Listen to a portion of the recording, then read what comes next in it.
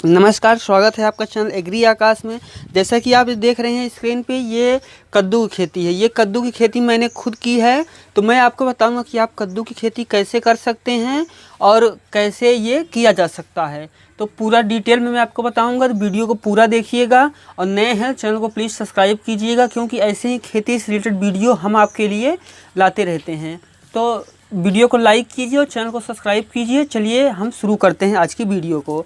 कद्दू की खेती, ये जो स्क्रीन पे कद्दू की खेती देख रहे हैं आप, इसको मैंने आलू के खेत में की है। और इसकी बुआई जो है मैंने की है मार्च में, 25 मार्च को इसकी बुआई की थी। तो मैं आपको डिटेल में शुरू करूँगा, बताऊँगा कि कद्दू की खेती कैसे कर सकते हैं। कद्दू की खेती के लिए गर्म जलवायु की आवश्यकता होती है।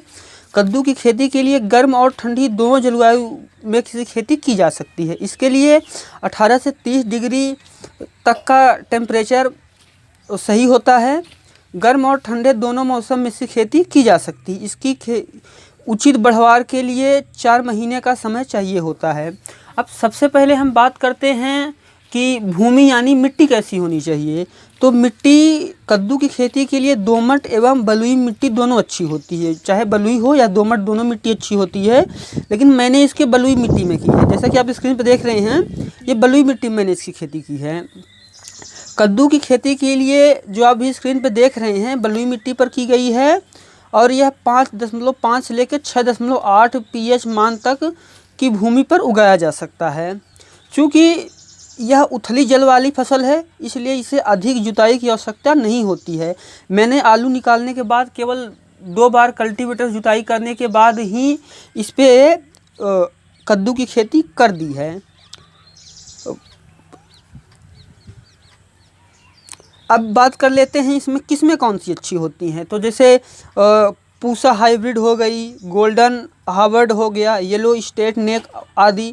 आप अपने ज़मीन के हिसाब से, अपनी मिट्टी के हिसाब से, क्षेत्र के हिसाब से बीजों का चयन कर सकते हैं। वो आप अपने क्षेत्र के हिसाब से कीजिए, किसी यूट्यूबर कहने पे मत कीजिए, क्योंकि उसका जो क्षेत्र है वो अलग है, वहाँ पे मिट्टी अलग है, वहाँ का मौसम अलग है। तो आप ये सब अपने हिसाब से कीजिए। अब हम बात करते हैं कि बोने का समय क्या सही होता है। तो बोने का समय इस बात पर निर्भर करता है कि इसे कहाँ उगाया जा रहा है। मैदानी क्षेत्रों में इसे साल में 2 बार किया जाता है। पहले सीजन होता है फरवरी से मार्च में बुआई होती है, जो कि जायद में गिनी जाती है। उसके बाद जो है जून जुलाई में भी इसकी की जाती है। मैंने जो ये की है फरवरी मार्च वाले सीजन में ही इसको किया है।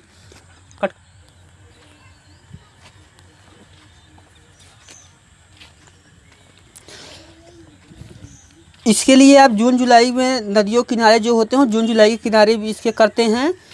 जून जुलाई में, दिसंबर में भी इसकी बुआई नदी किनारे वाले कर देते हैं। मैंने इसकी बुआई मार्च में की है, आलू की खुदाई के बाद। बीज की मात्रा जैसे होती है, बीज की मात्रा 7 से 8 किलोग्राम प्रति हेक्टेयर के हिसाब से होती है। आप जितना बुआई करें उसी हिसाब से देख लीजिए कि आप कितना बुआई करने वाले हैं, तो उस हिसाब से आप इसकी बुआई कर सकते हैं। अब बात कर लेते हैं इसमें खाद क्या पड़ती है। तो जैसे कद्दू की फसल में अधिक पैदावार लेने के लिए कंपोस्ट का होना बहुत ज़रूरी है। आपके पास कंपोस्ट खाद होनी चाहिए।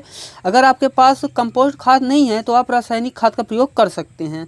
रासायनिक खाद आप अपनी मिट्टी की गुणवत्ता के हिसाब से डाल सकते हैं। मैंने इसमें कोई खाद नहीं डाला है, क्योंकि मैंने आलू की खेती की बात की है, तो आलू खेती में ऑलरेडी खाद पड़ी होती है, तो उस हिसाब से मैंने इसमें कोई खाद अभी नहीं डाला है। इसलिए आप अपने हिसाब से देखिए क्या सही बैठता है। अब इसके बाद हम बात करते हैं कि सिंचाई कैसे की जाए। सिंचाई गर्मियों में कद्दू की खेती के लिए प्रत्येक सप्ताह में सिंचाई की आवश्यकता पड़ती है, लेकिन बरसात में सिंचाई की आवश्यकता नहीं पड़ती। जबकि पानी बरसात में अगर सिंचाई नहीं हो रही है, तब आपको 8 से 10 दिन के अंदर सिंचाई करनी पड़ती है। लेकिन सामान्यतः बरसात में सिंचाई होती रहती है, बारिश होती रहती है, तो बरसात में आपको सिंचाई की आवश्यकता नहीं पड़ती है। उसके बाद इसकी हम बात कर लेते हैं निराई गुड़ाई की। तो फसल को खरपतवारों से मुक्त रखना चाहिए। कद्दू के 3-4 बार हल्की निराई गुड़ाई करनी चाहिए। गहरी निराई गुड़ाई नहीं करनी चाहिए, क्योंकि इसकी जड़ें जो होती हैं वो गहरी निराई गुड़ाई से इन पर नुकसान होता है। अब हम बात करते हैं इस पर लगने वाले कीटों की।